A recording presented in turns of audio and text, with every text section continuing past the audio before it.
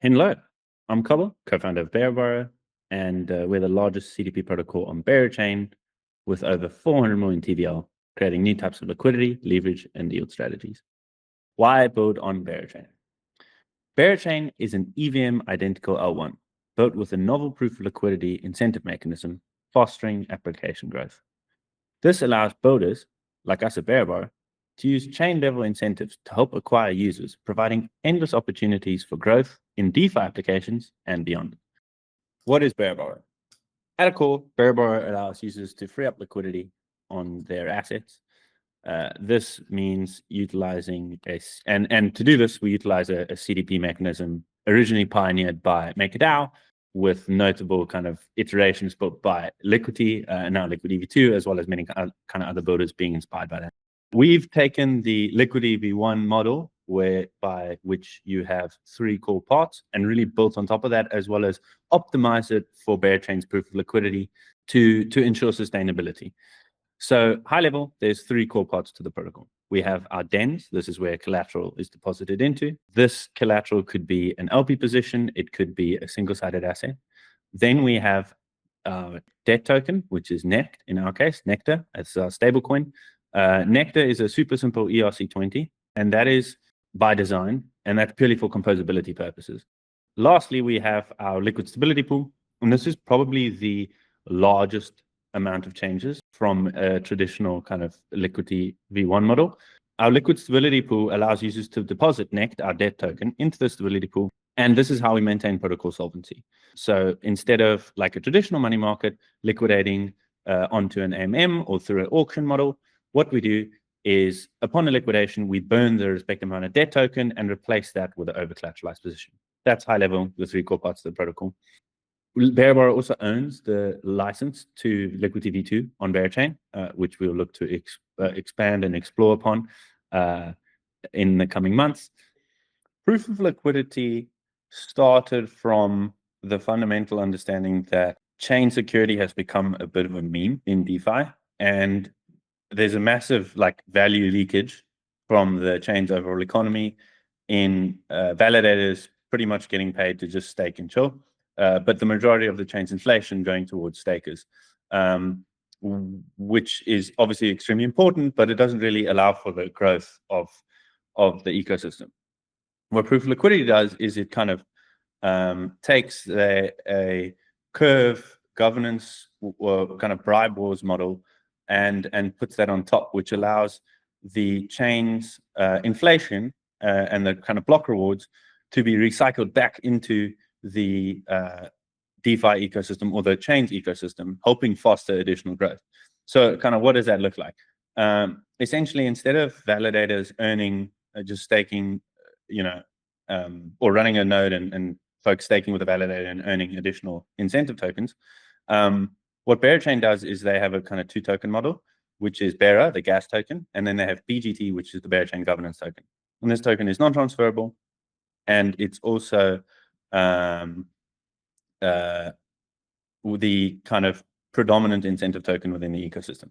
So when a user provides liquidity onto a rewards vault, instead of receiving the incentives that come from that specific application, what happens is they receive the chain level incentives, which is BGT, Bearchain governance token, and then applications bid for those chain level incentives to go to their respective rewards vaults. So it kind of flips the model on their head, where the validators have to kind of be long the ecosystem. So applications pay the validators in incentive tokens or their governance tokens or fees or revenue. In turn, the validators then direct the chain level incentives towards the respective rewards vaults. So that helps the chain's inflation and the chain's kind of block rewards to be recycled back into the DeFi or the ecosystem. It doesn't have to be DeFi, back into the ecosystem, fostering further growth. And we've seen this work tremendously well over the last couple of months, starting off with extremely efficient, up to 7x rewards for applications being able to drive chain level incentives to their respective rewards vaults, up until now, where we saw recently in the last weeks, applications have actually been bidding more in the value that they provide to validators than the actual value that they were receiving to their rewards vaults. So it's a very reflexive model, but ultimately what it does is try and recycle the economic flow and the leakage, which was chain security, back into the ecosystem. How does Beraborrow use proof of liquidity? We use proof of liquidity in a few different aspects, and our protocol is actually designed around proof of liquidity to start off with. So I touched on the 3 different parts of the protocol earlier, and in each of those, we kind of make use of proof of liquidity in a different fashion. The first part is our collateral assets, so our DENs, are all ERC 4626 vaults, which allows for us to essentially enable any asset that is proof of liquidity enabled to continue earning all the proof of liquidity incentives whilst within our protocol. So that is on the DEN front. It essentially means that we allow users to maintain access to all of their yield that they would have earned from participating in any proof of liquidity rewards vault whilst using that asset as collateral within our protocol. We also then auto compound those incentives back into the underlying asset that the users provided. So that's the first part, kind of on the DENs front.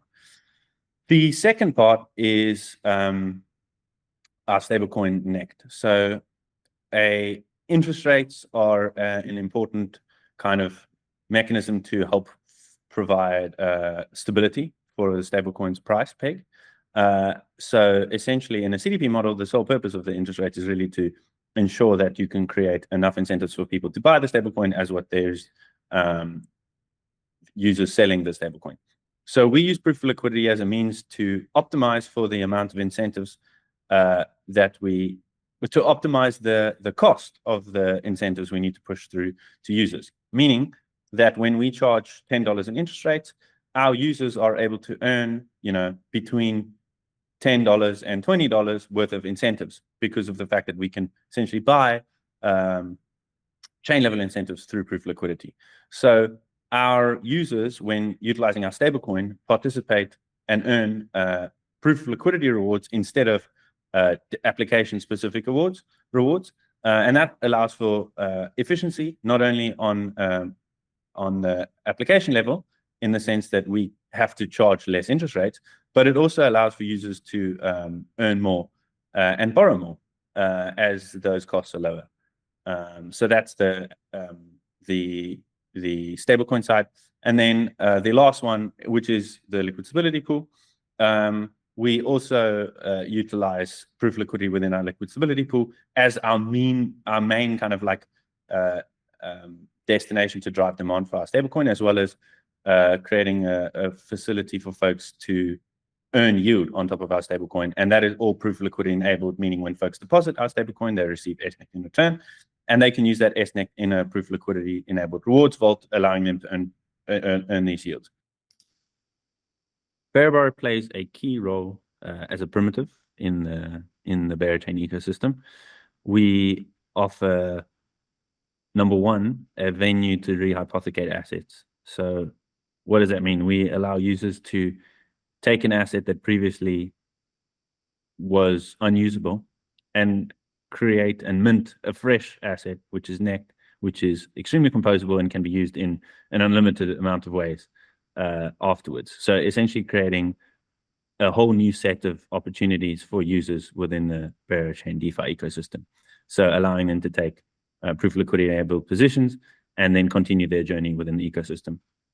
So that's the first part. Second part would be helping meet demand for stablecoins on other money markets, and just creating a supply of stablecoins that can help keep borrowing rates in check on other money markets and just enable healthy leverage throughout the ecosystem, due to the fact that our interest rates don't go up with utilization like a money market does, because the stablecoin is being minted rather than being borrowed from somebody else. Beraborrow DENs. So Beraborrow DENs are essentially positions within the Beraborrow protocol. We have DEN managers that kind of sit on top of the DENs, and this is the interface that creates the DEN. And then once a user has open DEN, that DEN deposits the respective collateral asset into each asset's Kobble vault. So there's one Kobble vault per collateral asset, and this Kobble vault is how we are able to actually do the auto compounding and kind of accessing a proof of liquidity yield, because our Cold Vault interfaces with all the different protocols to be able to harvest incentives, sell those incentives, and increase the user's position.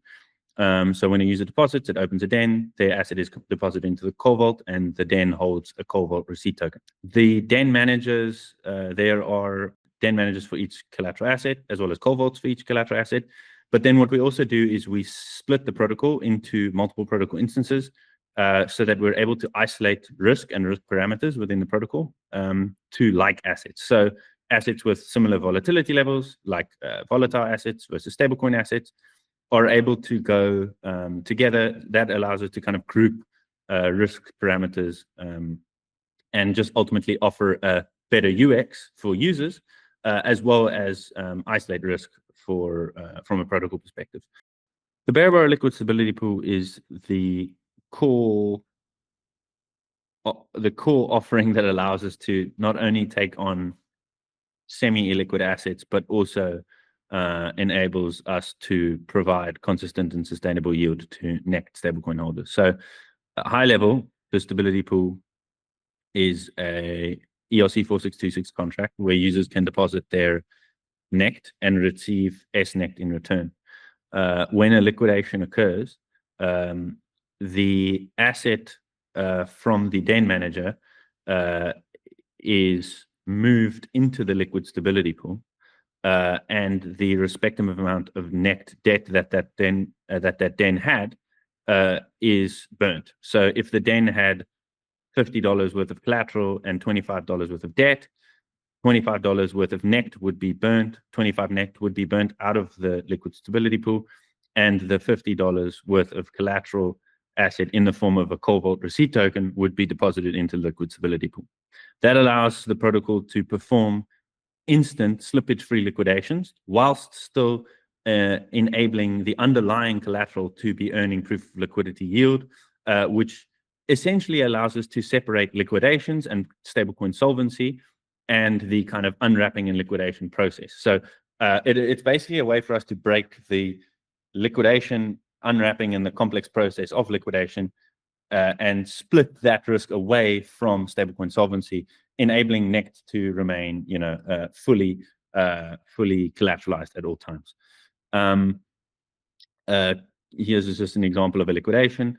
From the top, so you have $150 worth of collateral. Originally, you open a DEN with 100 NECT as debt. The value of that collateral asset decreases to the point that it hits the minimum collateralization ratio for that set DEN. The NECT amount of $100 would then get burnt out of the liquid stability pool. The respective amount of collateral would get moved into the liquid stability pool. At that point, now the liquid stability pool's composition changes from being only NECT to being the liquidated collateral, so the Cold Vault token, and NECT. This is where the liquid stability pool has an interesting function, which allows for users to redeem only collateral assets out of liquid stability pool. So it's called withdraw preferred underlying, and that allows us to once again remove a volatile asset out of liquid stability pool and liquidate that off for NECT to ensure that the stability pool's composition consists mostly of stablecoins, in our case, NECT. How does the Beraborrow protocol maintain peg? At a core, we are always over collateralized, and users are able to redeem one NECT for $1 worth of collateral. That means that when the price of NECT on the AMM were below $1, users will be able to buy the NECT, pushing the price up, but also then being able to economically benefit from it, redeeming it for $1 worth of collateral. So that creates a hard peg mechanism. But to prevent the poor UX that redemptions offer, people with existing positions, we have PSMs that allow for other stablecoins to be used to mint NECT, helping create a buffer of stablecoins that can be used to maintain peg in the event of large sell pressure. So when there is excess NECT demand and the price of NECT were to go above peg, our PSMs module sells the NECT, uses the stablecoins, or mints NECT to a flash loan, sells NECT on the AMM to drive the price back down to $1, takes the stablecoins it receives from that and mint NECT via the PSM and repays the flash loan. So now that NECT that was used to drive the price back to $1 is backing the NECT that was used to sell it. The stables that were captured from that are backing the NECT. This means that in the event of a lot of sell pressure, we now have stablecoins that can be utilized to maintain peg, which allows for a bit of a buffer before we have to revert to using open DENs as the means to maintain peg. The first track we would like to explore is building a module on top of the liquid stability pool. The liquid stability pool currently has over $150 million. And this is all set aside to perform liquidations for the Beraborrow protocol. However, we believe that this could be optimized, and by building a module that allows other protocols to plug into the liquid stability pool and utilize a portion of the NECT to perform whatever they may please. This in turn creating additional yield for the stability pool and also helping other protocols benefit from the deep liquidity that the liquid stability pool has to offer. The second track is essentially utilizing all the different modules that we have within the Beraborrow protocol to develop a strategy that either helps users increase their yield or decrease their risk, or both. The kind of core focus here is to build something similar to our managed leverage vaults, whilst a set collateralization ratio is maintained, and helps avoid liquidation risks, but users are able to still maintain exposure to their collateral assets and earn yield from the stability pool. So building something similar. The requirements are that the project must have a valid description, GitHub repository with a descriptive README.